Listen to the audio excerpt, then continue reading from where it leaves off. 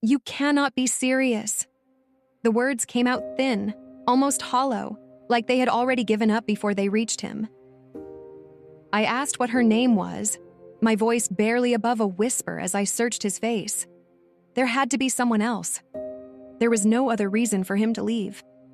Ben didn't answer. He stood a few feet away from me in the doorway, one hand resting on the strap of a worn overnight bag. The same bag we used for weekend trips, the beach, the mountains, anywhere that wasn't here, anywhere that wasn't this moment.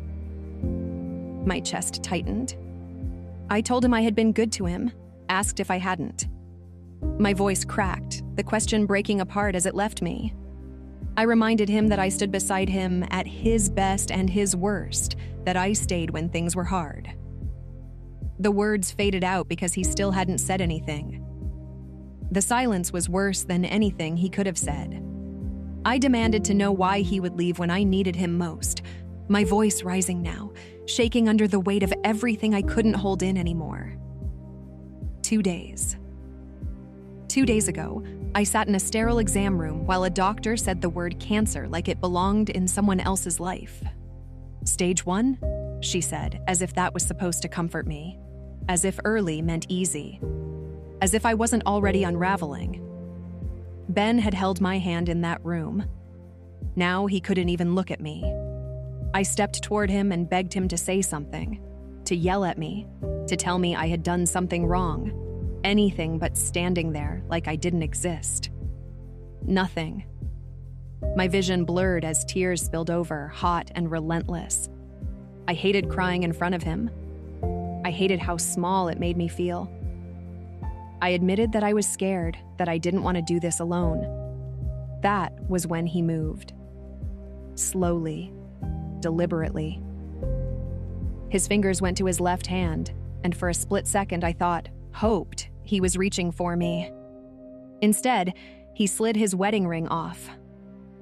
The faint metallic sound as it slipped free from his finger onto the counter rang louder than any scream I had given him.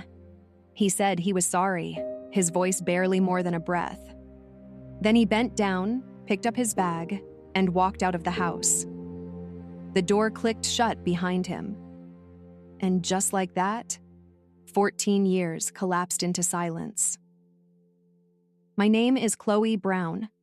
I'm 39 years old, and today is the second day of my life with cancer. It is also the second day of my life without my husband. Ben and I have been married a little over 14 years. We met in graduate school, two overworked, underslept students who bonded over bad coffee and long nights. What started as shared misery turned into something that felt, at the time, like fate. Everything about Ben seemed elevated. Not just his looks, though those didn't hurt, but the way he carried himself. Confident without being arrogant. Attentive in a way that made you feel like you were the only person in the room. He was intentional. At least, that's what I called it back then. Now I'm not so sure. Looking back, the first time I should have asked questions was when he told me about his mother. Connie. He didn't talk about her often, but when he did, something in him shifted. His voice softened, his posture changed, like he was stepping into a version of himself that only existed in her presence. He once told me she was the reason he loved the outdoors, that she hated staying still and believed life was too short for that. Another time, at a restaurant filled with dishes I couldn't pronounce, he said she used to make him try something new every week because fear makes your world smaller. I used to find it beautiful, the way he honored her, the way her memory seemed alive in him. But there were boundaries he never let me cross. When I asked how she died, early in our relationship, back when I believed questions brought people closer, he answered quickly, ovarian cancer. And that was it. Any attempt to go deeper was quietly shut down, not with anger, but with absence. He would withdraw, change the subject, or leave the room entirely. Over the years, I learned to stop asking. What I know now, I didn't learn from him. I learned it from whispers during family gatherings, from half-finished sentences and carefully chosen words. Connie was diagnosed at stage 4. 2 months later, she was gone. Those 2 months, from what I've pieced together, were brutal. Pain that medication barely touched, long nights in hospital rooms, a 14-year-old boy watching the strongest person in his life disappear piece by piece. No one ever said it directly, but they didn't need to. Ben didn't just lose his mother. He survived something he never recovered from. After he left, I sat on the floor for a long time. At first, I thought he would come back, that this was some kind of mistake, a moment of panic, something temporary. But the longer the silence stretched, the more the truth settled in. He was gone. Not angry. Not confused. Gone. When I finally found the strength to move, I reached for my phone with trembling hands and called the one person I knew wouldn't disappear. Charles. He picked up on the second ring, already talking, excited, hopeful, trying to bring light into something heavy. He told me he had been researching cancer centers near me that specialized in breast cancer, that stage 1 meant options, real options, and asked if I wanted him to send everything he found. I didn't say anything. I couldn't. The silence on my end stretched long enough for him to notice. His voice softened, more alert now, as he asked what was wrong. I swallowed hard and told him the truth. Ben had left. There was a pause, then careful questioning. I explained everything, the argument, the silence, the ring. By the time I finished, I felt hollowed out, like there was nothing left inside me to break. He gently challenged the idea that I was alone. I didn't answer because that was exactly what it felt like. He reminded me that I had God and that I had him and that he wasn't going anywhere. Not for a second. Something in my chest shifted. Not healed, not whole, but steadier. By the time we hung up, I wasn't okay, but I wasn't falling apart anymore either. And for the first time since the doctor said the word cancer, I allowed myself to believe something small, something fragile, that maybe I could survive this. As the days turned into weeks, Charles became everything I had thought Ben would be. He didn't just visit, he stayed. At first, it was small things. He brought groceries, sat with me during long, quiet afternoons, answered my calls no matter the time. But before long, stopping by became overnight stays, and overnight stays became something else entirely. One morning in the kitchen, with his laptop open and coffee in hand like he belonged there, he explained that working remotely meant he could do his job anywhere. He told me he had already spoken to his manager and that everything was fine. I blinked at him from the couch, wrapped in a blanket, too tired to argue.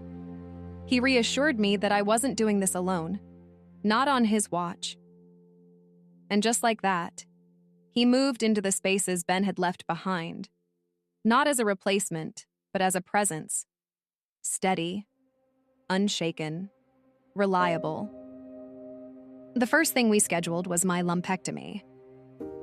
The word sounded clinical, manageable, like something small.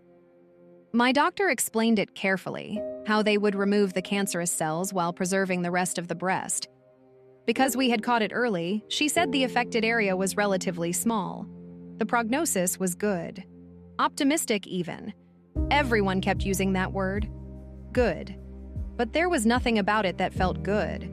Not the pre-op paperwork, not the sterile smell of the hospital, not the way my body no longer felt like it fully belonged to me. Charles was there through all of it. The morning of the surgery, he sat beside me in the waiting area, talking softly about anything and everything just to keep my mind from spiraling. When the nurse finally called my name, I hesitated. Not because I didn't understand what was happening, but because I was afraid to let go of the last piece of normal I had left. He stood immediately, stepping closer, offering quiet reassurance that I could do this. I nodded, even though I didn't believe it. But I believed him believing it, and that was enough. Recovery wasn't easy, but it wasn't something I faced alone. Charles helped with everything, the things I expected and the things I hadn't. He made sure I took my medication on time, helped me sit up when it hurt too much to move, cooked meals I barely had the appetite to eat, but somehow managed because he made them. On the days I felt like less than myself, he never treated me that way. Not once. The harder decision came later: chemotherapy. My doctor explained that it was optional, an added precaution to make sure any lingering cancer cells didn't have the chance to grow. Given my age and overall health, she said it would significantly reduce the risk of recurrence. Reduce, not eliminate. Nothing about this came with guarantees.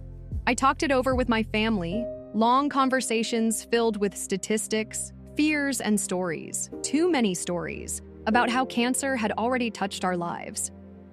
In the end, we decided chemo was the safest path forward, even if it was the hardest one. And of course, Charles didn't hesitate. He told me he would be there for every appointment, every treatment, that I wouldn't walk into a single room alone. And he kept that promise. Between him and my family, a schedule formed, carefully planned, almost like a rotation. Someone was always there, a hand to hold, a voice to guide me through the worst parts. I was never alone, not really. And yet, a different kind of loneliness lingered. Because every now and then, Ben would call. The first time, I stared at my phone for a long time before answering. He greeted me like nothing had happened, like he hadn't walked out in the middle of the worst moment of my life. I responded carefully, my voice guarded. He asked how I was doing. It sounded right. It sounded like concern, but it felt surface level, like a script he was reading from. I told him about the surgery, about the lumpectomy, trying to explain more. He immediately said, that was good. Too quickly, too cleanly. Silence followed. I told him I was starting chemo next week, hoping, maybe foolishly, that this time he would stay in the conversation. He acknowledged it vaguely, agreeing that it made sense if it was what the doctor recommended. Another pause. Then he asked if there was anything I needed. The question landed wrong, not because of what it was, but because of what it wasn't. I wanted to tell him I needed him to listen, that I needed him to be here, that I needed my husband. But instead, I told him I was okay. He ended the call quickly, telling me to keep him updated. And just like that, he was already halfway gone again. Every time I tried to go deeper, to tell him what I was really feeling, what I was really going through, he would shift, change the subject, find a reason to hang up. It was like there was a line he refused to cross. Like if he looked too closely at what was happening to me, he wouldn't be able to handle it. And maybe deep down, I understood why. Because this wasn't new to him. Not really. This was just a different version of a story he had already survived once before. Only this time. He wasn't staying to see how it ended. 2 weeks after my 6 weeks of chemo ended, I completed a round of follow-up testing, physical exams, blood work, and a mammogram. When I met with my doctor, she reviewed everything carefully before finally telling me that there was no evidence of cancer in my body at this time. I would need to return in 3 months for additional testing. But for now, this was the outcome we had hoped for. I knew from my research that this was the best answer I could receive. With cancer, there is never an all-clear forever moment. There are only checkpoints, moments where everything looks okay, moments you learn to hold on to. So being cancer-free right now, I would take that. I would take it and hold it tightly. When I left my doctor's office, the first person I wanted to call was Charles. And in that moment, it hit me. I didn't want to call Ben. The realization settled over me slowly, but once it did, it was impossible to ignore. It had been almost 4 months since I had seen my husband. 4 months. In that time, we had spoken on the phone a handful of times. Short conversations that never went anywhere, never meant anything. And the truth was, I didn't know anything about his life anymore. I didn't know where he was staying. I didn't know what he was doing. I didn't know who he was doing it with. And what shocked me most, what truly unsettled me, was that I didn't care. Not the way I thought I would. When all of this started, I thought I had lost the one person I needed to survive it. My husband, Ben. I thought his absence would break me, that I wouldn't be able to face the fear, the treatment, the uncertainty without him beside me. But somewhere between the diagnosis, the surgery, the chemo, and the long nights I thought I wouldn't get through, something changed. I didn't need him, not anymore. And more than that, I realized I had been doing just fine without him. As soon as I told Charles the news, he decided it called for a party. Not a small gathering, an actual celebration. He invited our friends, my family, co-workers, and even a few of the doctors who had become like family over the past few months. By the time the night arrived, the house was full. Laughter echoed through every room. Music drifted from somewhere in the background. And everywhere I turned, there was someone who had carried me through this, someone who had shown up when I needed them most. I stood there for a moment, just taking it all in, overwhelmed by the love I felt for everyone in that room. Each one of them had played a part in my healing. A conversation when I needed to hear hope. A casserole when I was too tired to think about cooking. An unsolicited hug when I didn't realize I needed one. Or simply their presence, sitting beside me when words weren't enough. I had survived this. But I hadn't done it alone. Near the end of the evening, the energy in the room shifted.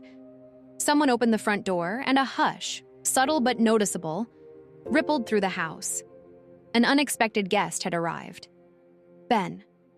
For a moment, I just stared at him. I didn't know how he had found out about the party, and honestly, I didn't care enough to ask.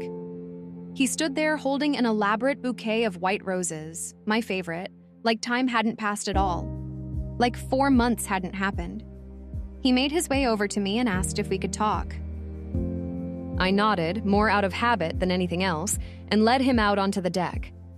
The cool night air hit my face as soon as I opened the door, a sharp contrast to the warmth inside. Before I could even close it behind us, he started talking. The words came fast.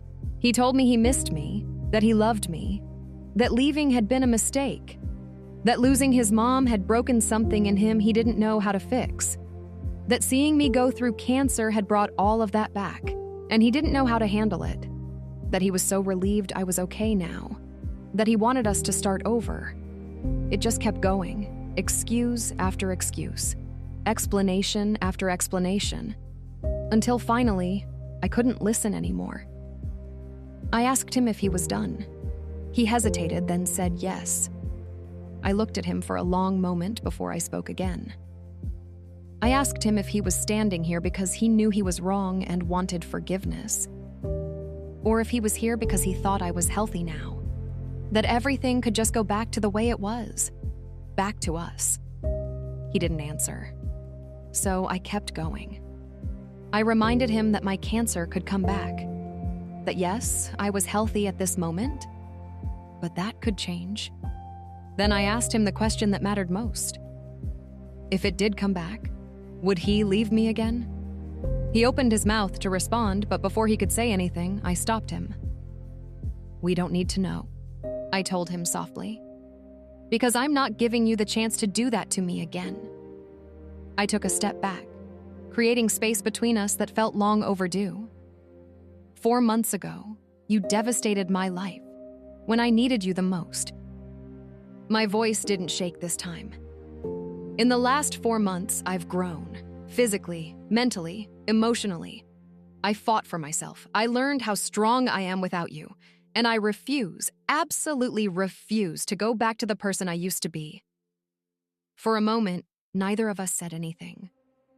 The music from inside drifted faintly through the door behind me. Laughter, life, my life, without him. Then I turned, opened the door, and walked back inside, leaving him exactly where he had chosen to stand 4 months ago, alone. In the 3 months leading up to my next round of tests, a lot had changed. I had been served with divorce papers at his job because I still didn't know where he was staying. At that point, it didn't matter anymore. Charles had moved in permanently. When his lease was up, it just made sense. He was already spending most of his time at my house anyway. Making it official felt natural, easy, right. Our relationship had shifted. Nothing physical had happened. I was still married, but something undeniable was growing between us. Something new, something fresh. And for the first time in a long time, I was excited about what the future could look like. As I prepared for my next round of tests, I realized something important. I wasn't afraid the way I used to be, not because I knew what the results would say, but because I knew I could handle whatever they were. I wasn't walking into those appointments alone. I had a team, a real one. People who showed up, people who stayed, people who believed in me.